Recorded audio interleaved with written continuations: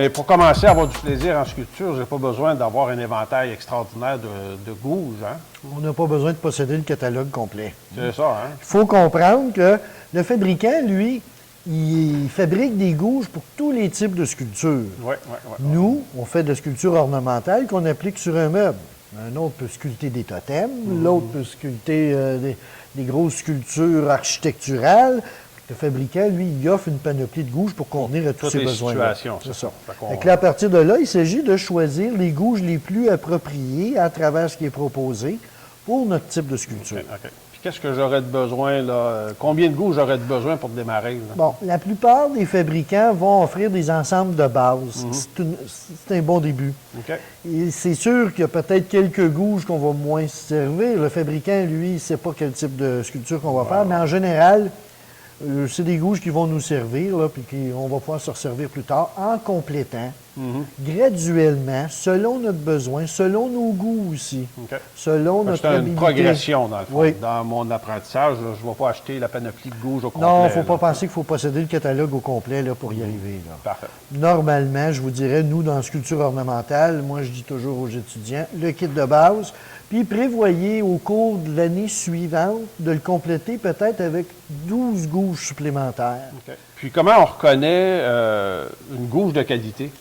Une gouge de qualité, ça va être le type d'acier, l'alliage, c'est de l'acier trempé qui va faire la qualité de la gouge. OK.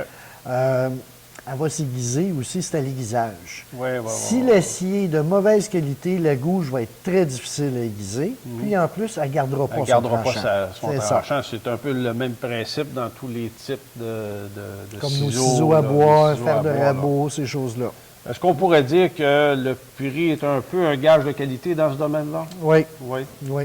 Fait que, dans le fond, qu'on ne recherche pas nécessairement de payer le moins cher possible pour nos gouges. Non, si on a vraiment une gouge de mauvaise qualité, je vous dirais par expérience, vous allez plutôt perdre le goût de la sculpture que de le développer. Peut-être parce que acheter vous y moins à la arriverez pas. fois. C'est ça. Puis acheter des gouges de bonne Oui, qualité. parce qu'avec la même gouge, je peux faire différentes opérations. Ouais, On voit à travers l'évolution, à travers les cours, il y a différentes techniques pour utiliser une gouge. C'est quelque chose qui nous reste très longtemps, ça, une gouge. On a ça pour la vie, hein? Pour la vie, si elle est bien entretenue, il y a des façons d'aiguiser, les façons de polir, d'entretenir la gouge. Toi, tu avais un truc, je pense, là, pour savoir si une gouge est bien affûtée. Oui, c'est tout simple.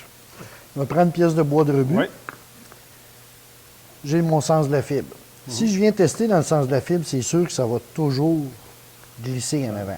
Si je veux vérifier la finesse de mon aiguisage, je vais plutôt tronçonner ma fibre. OK. En venant tronçonner ma fibre, si je réussis avec ma gouge à prendre une couche très très mince, puis que le bois se tienne comme ça, puis qu'il roule en avant de la roule gouge, devant la gouge, là, comme c'est- ça, il fait un beau petit boudin tout mince. C'est le signe que ça coupe. Là. Ma gouge est parfaitement aiguisée dans ce cas-là. Excellent. Sinon, le bois serait déchiré en Ouais, chemin. ou le rouleau aussi, ça Il ne fait se tiendrait casser. pas, là. c'est ça, il ne se tiendra pas comme ça. Super. C'est Maintenant, brièvement, on peut parler des essences de bois qui sont propices à la sculpture. Oui.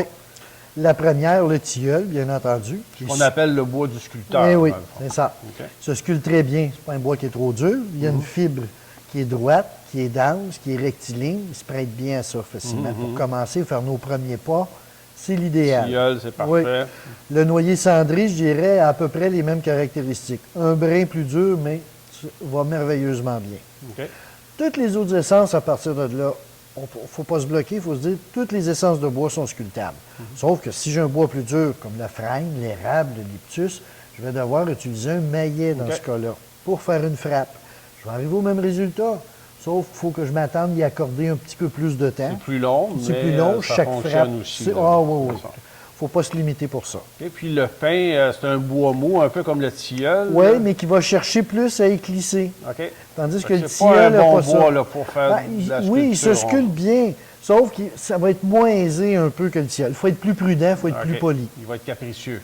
Oui, Faut être cherche plus capricieux. à partir en éclisse. Parfait. Fait que moi, si je veux commencer, je vais travailler avec du tilleul ou Le tilleul, du noyer cendré, ça va être plaisant. Je vais avoir du plaisir. Oui, oui. Ben, merci beaucoup, Claude, pour toutes ces explications. Bienvenue, c'est un plaisir. Fait qu'on aura la chance de regarder dans une autre capsule d'autres facettes du travail du bois.